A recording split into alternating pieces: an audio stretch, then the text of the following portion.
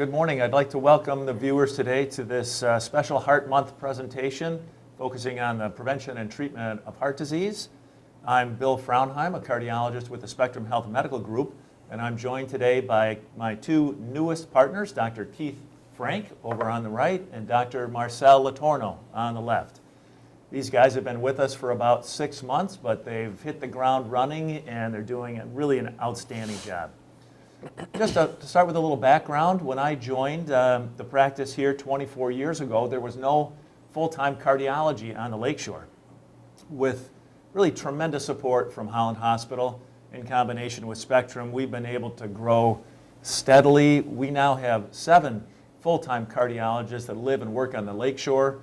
We have 4 physician's assistants. In addition, we're joined by some of our Grand Rapids-based colleagues that come to the Lakeshore to provide subspecialty services like advanced heart failure, vascular surgery, electrophysiology. So we've really been able to create at Holland Hospital a Lakeshore hub of cardiovascular excellence. We provide a full range of cardiovascular services in state-of-the-art facilities, and it's really been a wonderful, wonderful thing to be a part of. We have some satellites on the Lakeshore that we also staff. We go to Health Point in Grand Haven and Zeeland Hospital, and we're going to be staffing a new clinic in South Haven with one of our advanced heart failure specialists. That said, our program has really been enhanced by the addition of these two guys. I'd like to welcome them both and start, Dr. Letourneau, with you. Can you tell us a little bit about yourself and your interests? Sure. So I'm a Michigander from the beginning. I'm from the east side of the state, a little town called Heartland, Michigan. It's not so little anymore, but kind of in the Metro Detroit sort of area. Born and raised there, went to undergrad at Michigan State, go Green, and then did my medical school down in Missouri, Kirksville College of Osteopathic Medicine, the founding osteopathic school. Interests, I'm a big hockey guy. I guess who from Michigan isn't? I'm excited to eat on the pond this weekend probably as it gets colder. Attempt to golf here and there, but mostly just out there having fun. Wife Tiffany is actually a doc here in town as well, and we have one daughter, Tenley, with one more on the way in a few months here. So. Excited to be here and put down some roots on the west side, and we've really enjoyed it so far. We recruited Dr. Letourneau heavily from the east side. He really brings some of the latest and greatest expertise in interventional cardiology, and he'll be telling us a little bit about that later. Dr. Frank, also heavily recruited from the east side of the state. He has a very broad skill set. He's the kind of guy that every practice needs to really function well. So Keith, can you tell us a little bit about yourself? Sure. I am from the east side as well. I'm from a small town over there too, New Baltimore. So my family still lives over there. My wife and 2 kids live obviously here now. We moved over in July, and we love it over here. I've got 2 3.5-year-old twins, so my hobbies are playing Play-Doh and doing puzzles and pulling kids in the sled. But we really enjoy it over here, and just being outdoors is our favorite thing to do. So let's switch gears for a minute here and then talk a little bit about the prevention of heart disease. Keith, can you tell us why it's so important that we care about heart disease in the first place? Sure. Heart disease is very important to all of us, I think. It's the #1 cause of death in American citizens. And the reason it's so important is because it's preventable. There's a lot of things that we can't do to prevent heart disease. Some of those things that would be a risk factor would be your age and just family history, but outside of that, there's many things that we can do to prevent heart disease from happening. About 50% of people in the United States have a risk factor, and if we could do things like exercise or eat healthy and prevent it, those things can easily be done. Yeah, I mean, some people say that as much as 85% of heart disease is preventable just through aggressive lifestyle and healthy lifestyle modification. Is that right? Yeah, that's right. And it's simple things too. It's a little bit of exercise every day. It's making healthy choices, choosing low salt low salt foods or low fat foods, or picking the right things just here and there, and making subtle changes in your lifestyle can really make a big difference. Yeah, I think that's absolutely true. Marcel, what about, let's say you do all the right things and it doesn't work. What are some of the symptoms people should look for heart disease? Yeah, so in heart disease, there's a lot that encompasses heart disease. There's abnormal heart rhythms, there's blockages in the arteries, there's weakening of the heart muscle itself. So those are kind of the big three things that can drive symptoms. But as far as an interventional standpoint, if you have blockages in the arteries, you look for chest pain, or sometimes it's called angina. It can be pressure on the chest, it can be shortness of breath, and usually that's associated with exertion. So, you start going out for a walk with your dog, or if you're playing with your kids, or, for a little jog, and you get increasing chest pain with that. It's because your heart is getting less blood flow through that blockage, and that blockage might be okay at rest, but when the heart has increased demand, then you can start getting these symptoms: chest pain, shortness of breath. Sometimes you can get some early beats, like some flip-flops, we call them palpitations.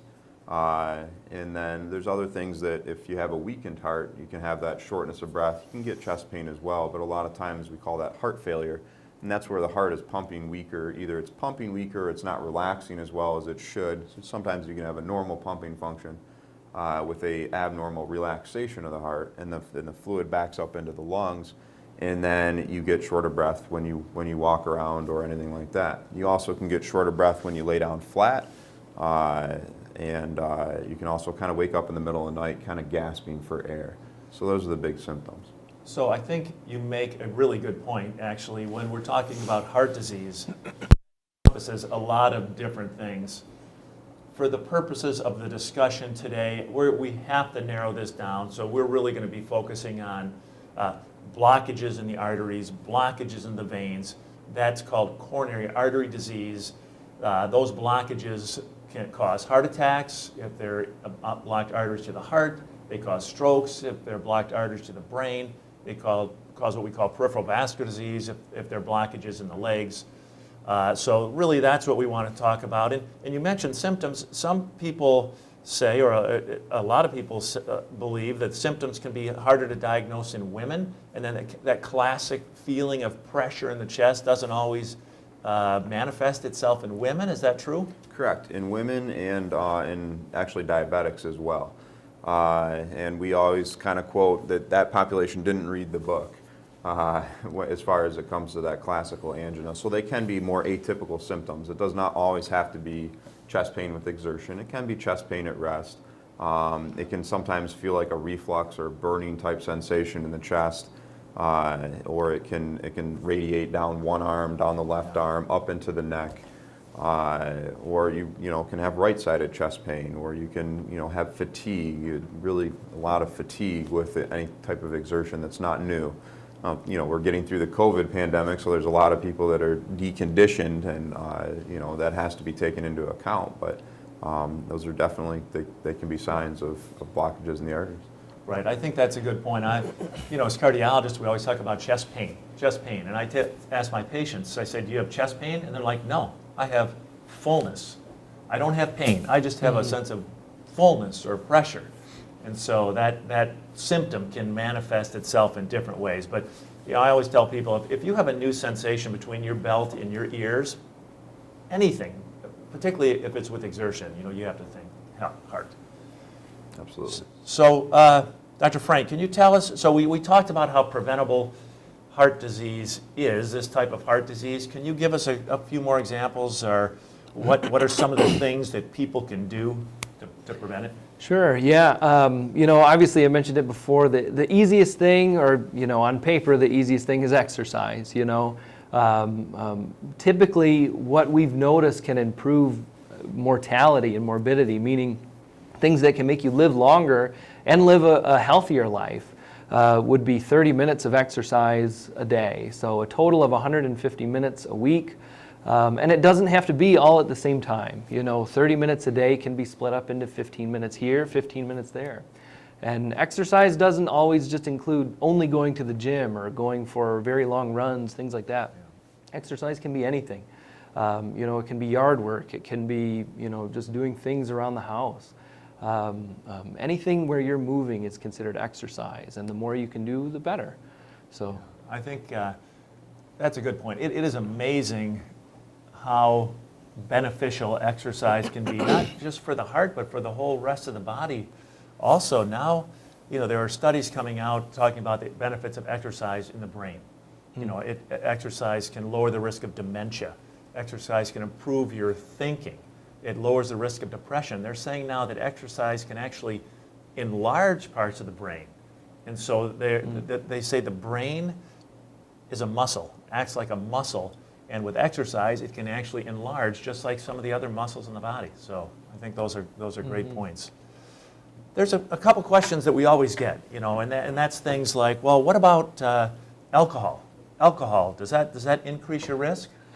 So in moderation, it's okay. Typically they say for women, 1 drink a day is okay. For men, 1 to 2 a day is okay. And there is some health benefit with that. Anything in excess really isn't good for you. So, any more than that can cause bad effects. But if you've already been diagnosed with a heart condition, typically, excess alcohol can be damaging further. So we usually don't advise that. It's a two-edged sword. Small amounts of alcohol might be protective, but we would never recommend it because it's just too potentially dangerous once you exceed those amounts. And there's other risks with alcohol too, like increased risk of cancer in some areas. What about caffeine? That's another question we get. So again, sort of a double-edged sword, but some things like coffee actually have been proven to be beneficial. But it depends how you take it. If you're drinking your coffee actually black, that can show beneficial effects for the heart. Once you start adding sugar and creamer and getting, the fancier drinks, you lose that beneficial effect because now you're taking in all these simple sugars and things that can worsen other diseases like diabetes. So, simple cups of coffee, caffeine can be okay. They can increase palpitations. They can also increase blood pressure, increase your heart rate. So those are also things to look out for. If you're taking in too much caffeine, you can start to have palpitations or maybe even anxiety. And so we usually tell people to, pay attention. If you're taking in too much caffeine, pay attention to how you feel with that and cut it back.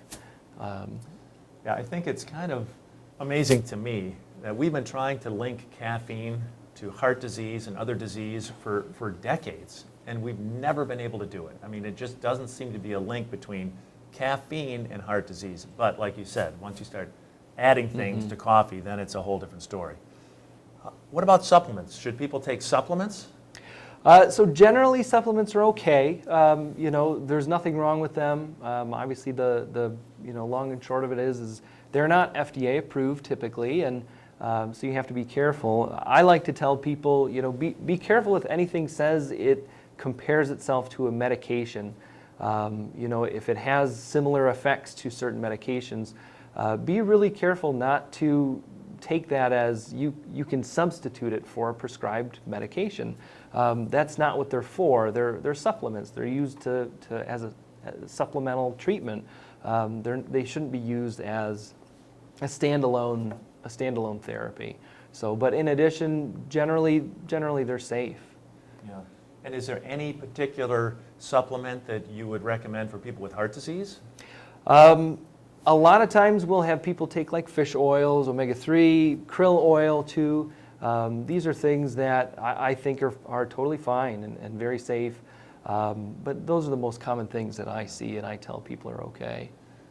And I think it's important to realize that supplements really haven't been proven in a scientific way to lower the risk. And so I don't think there's a national recommendation from any expert committee to use a supplement, but in individual cases, I think, like you said, probably not associated with any harm and maybe some benefit that's yet to be proven. So my final question for you is regarding diet.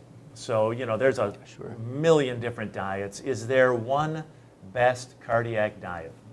The one best cardiac diet, it's been proven and proven. Really, there's the DASH diet and Mediterranean diet.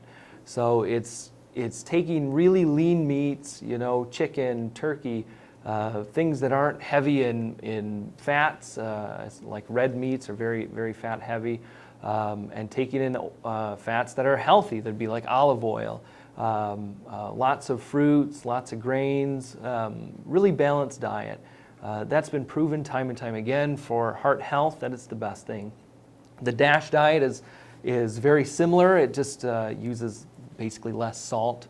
And again, that's been very proven to be the healthiest diet for the heart. Some of the newer diets that are out there, the keto diet and intermittent fasting type diet, there's just not a lot of data for long-term data for these diets. They've shown great success in the short term as far as weight loss, which is extremely important for heart health, cardiovascular health, and preventing other things like hypertension, diabetes.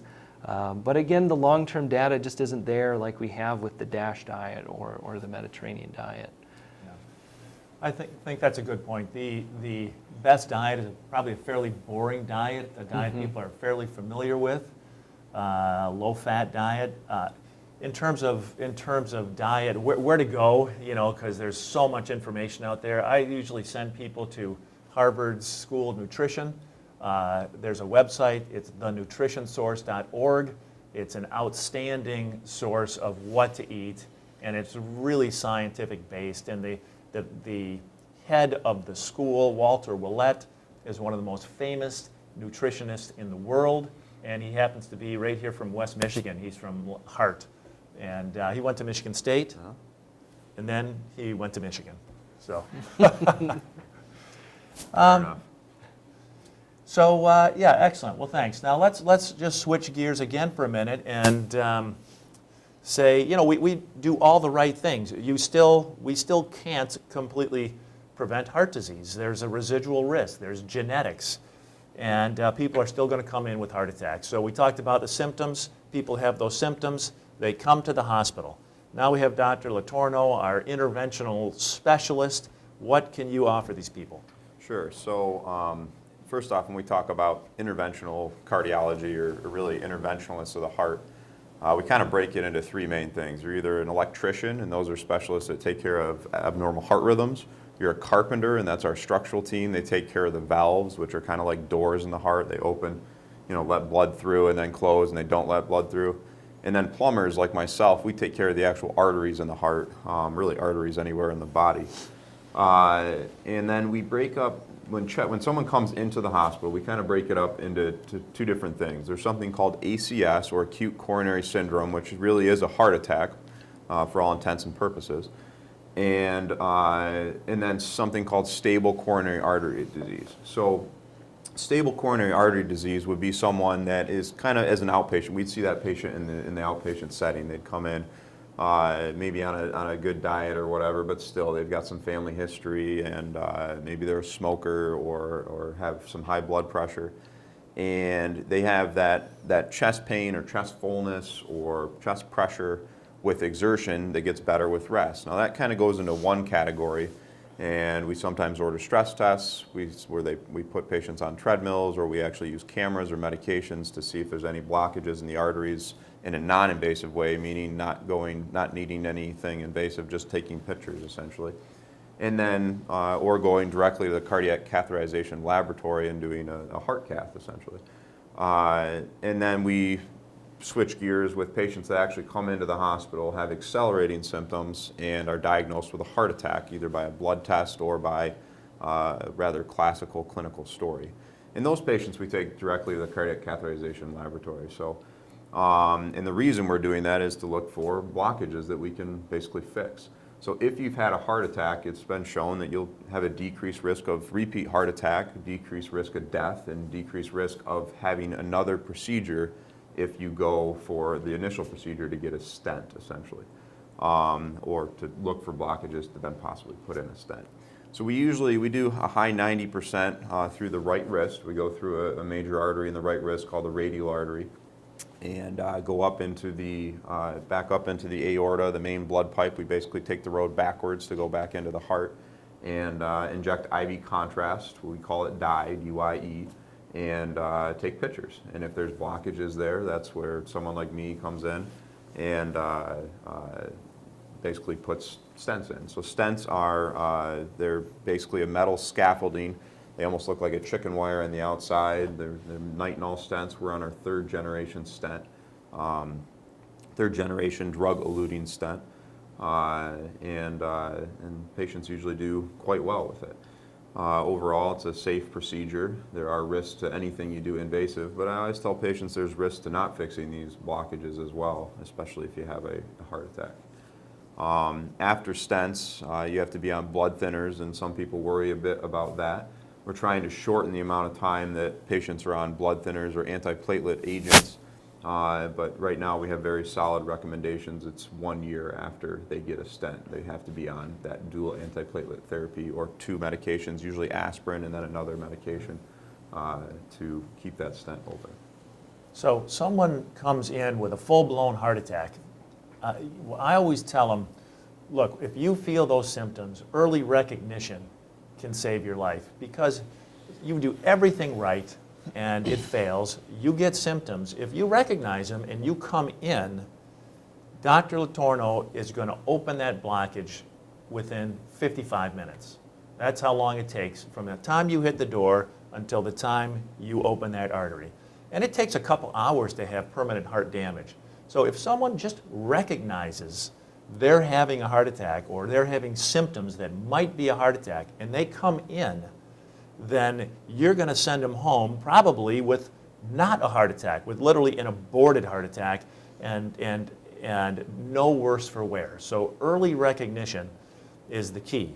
Now when you open that artery, you now have some state-of-the-art new technology available at Holland to help you if you need additional support. Can you tell us about this new Impella or any kind of ultrasound, or what things do you have available now at Holland? Sure. So great point about the speed as well. Just a quick note on that.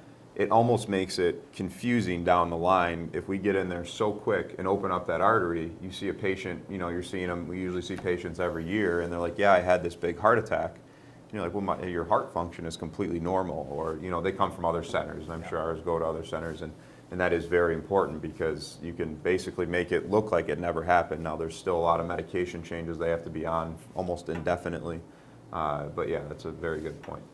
So as far as this really state-of-the-art technology in Holland, we have a brand new ultrasound machine.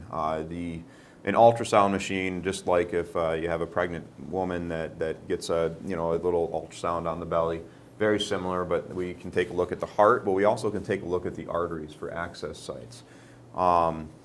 It's been shown in large studies that this is it's the way to go. I mean, there's no guessing. You basically see exactly where the artery is, you see exactly where you want to go. It's very important in peripheral disease as well. When we start to talk about finding these 1 millimeter to 2 millimeter vessels down in the foot, appropriately we use something called a hockey stick probe. That is actually the name of it, but it's a probe that helps see those small arteries. So that's just for getting in and for access. One of the fears I think that some people might have coming to Holland hospitals, we don't have cardiothoracic surgery backup. We're not a cardiothoracic surgery center. We do relatively high-risk procedures in the cath lab without cardiothoracic backup. And some people ask, well, is that an issue? I'd like to go downtown to Grand Rapids to go to Meyer Heart. And interestingly, I have all the tools that I need in the cath lab in Holland that I do in Grand Rapids. And comfortable in using them. I do go down, I'm in Grand Rapids 1 day a week and use those tools relatively frequently. The other thing is we actually do mock transfers. So we have a cath lab staff actually get on the table. We actually set up like we're actually going to do a heart cath and we have an issue, which is probably close to 1 in 1,000 to 1 in 10,000, truthfully. And we call the transfer center and get that patient transferred, and they actually time us. And the time it takes to get a patient from our cath lab table into the OR is basically not significantly different from the time it would take me to get a patient in Meyer Heart Center downtown to the OR. And a lot of that is because they have to set up a room, they have to staff, and it's such a close drive over that these patients can be stabilized as they go over. And one of the things that we stabilize these patients with is something called an impella. The way I explain it to patients when we do high-risk procedures, because sometimes we'll put these in before the procedure, it's basically like a boat propeller and probably just as expensive as the joke I usually make. But it basically spins. You put it into the left ventricle or the main pumping chamber of the heart, and it spins and takes the blood from the left ventricle and pushes it out into the aorta. And it can push out up to 5 liters per minute, which actually is a normal cardiac output of 5 liters of blood per minute. So when you get that, the heart can relax. It can work with much less oxygen because the demand decreases significantly and substantially. And then that allows me to do my work. So if there's someone that's really in trouble, I can put that up quickly. We usually have that up and in within 5 to 10 minutes, stabilize the patient, and then I can go and open up the artery. Once the artery is open, we can wean down that impella, turning down the support, turning down the speed of the propeller. And if we need to, we can pull it out right then and there. If not, we do transfer down to my heart because they have more familiarity with the impella if it needs to be left in place for longer periods of time. So those are some great points about fixing blocked arteries in coronary arteries, putting in stents, and what we can do in Holland. I wanted to ask you about another new technology that you brought from the east side. This is really very exciting. This is fixing blockages, not in arteries per se, but blockages in the veins of the legs and blockages in the pulmonary, in the lung, in the arteries of the lung, which used to be you'd come in with what we call a pulmonary embolus, or that's in the lung, or a DVT, a clot in the leg, and we'd just put you on a blood thinner and you'd sit in the hospital for a few days, and that may or may not work. But now we have some new things to offer. Can you tell us about that? Yeah, sure. So I guess the running joke is that as Dr. Frank and the preventative cardiology gets a little better, us plumbers have less to do, so we have to search for things to do. That's the joke. But truthfully, it's something, venous disease is something that I never really thought I would take a huge intrigue into until I had my training towards Detroit on the east side. And it really, you can really help these patients with, like you said, DVTs and PEs. I'll start with DVT, which is, as Dr. Frauenheim said, clots in the legs, essentially. So you're right, historically, we have just given patients blood thinners and hoped that the body will kind of reabsorb some of these clots. If you think about your vein, it's a finite pipe. It has so much room. And when you have a layer of clot that kind of grows, your body will dissolve some of that, but then there'll still be a little layer of what we call fibrotic tissue of that vein. And the smaller and smaller it gets, then the more likely you are to get repeat clots. The more likely you are to get swelling in your legs that does not go away with diuretic or anything like that, or water pills, because the blood can't travel back up to the heart. So what we're really trying to do is prevent that. It's something called post-thrombotic syndrome. We're trying to prevent bad complications or further down the line complications of these leg clots. And we do that, there's multiple different catheters we can use, which are basically kind of hollow tubes that we can actually go up, and there's one that we can suck the clot out with almost a high-powered vacuum. And there's another one that we can actually pull it back out with a cage, essentially.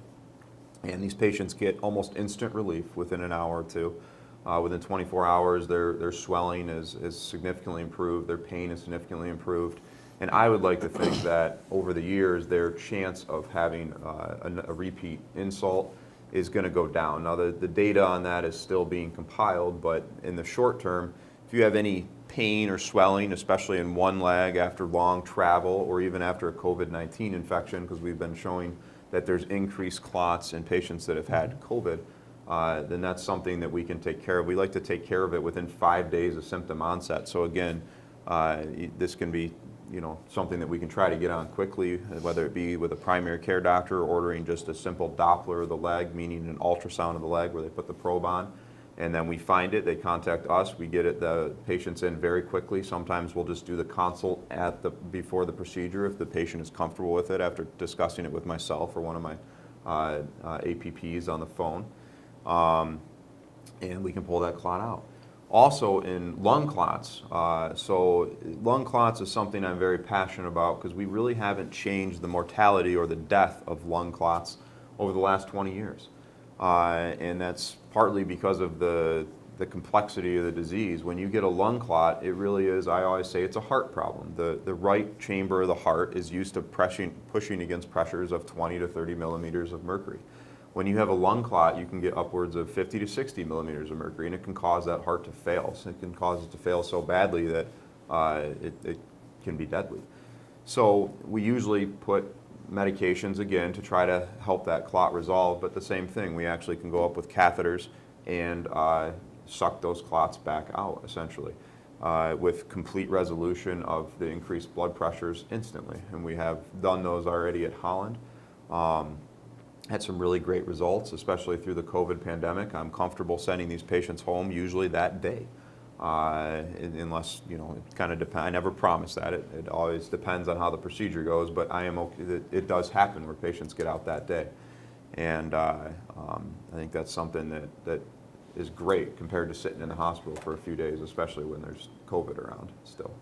So it is pretty exciting to think that a couple diseases that we have basically treated the same for 20 years, clots in the legs, clots in the lungs, we now have some new procedures that allow us not just to put a blood thinner in and dissolve it, but to actually go in and take the clot out, and those procedures may then result in improved long-term outcomes like pressures in the lungs and swelling of the leg. I mean, a lot of people after blood clots in the legs are living with a big swollen leg. And that's because that residual, you're right, that residual narrowing stays there. So I think what you said, I mean, makes a ton of sense. The only thing that I might disagree with is that you've characterized our colleagues as plumbers, carpenters, and electricians. I don't know if they would like that. This is true. You know, we joke around about that, and I would say mostly the electricians and the plumbers.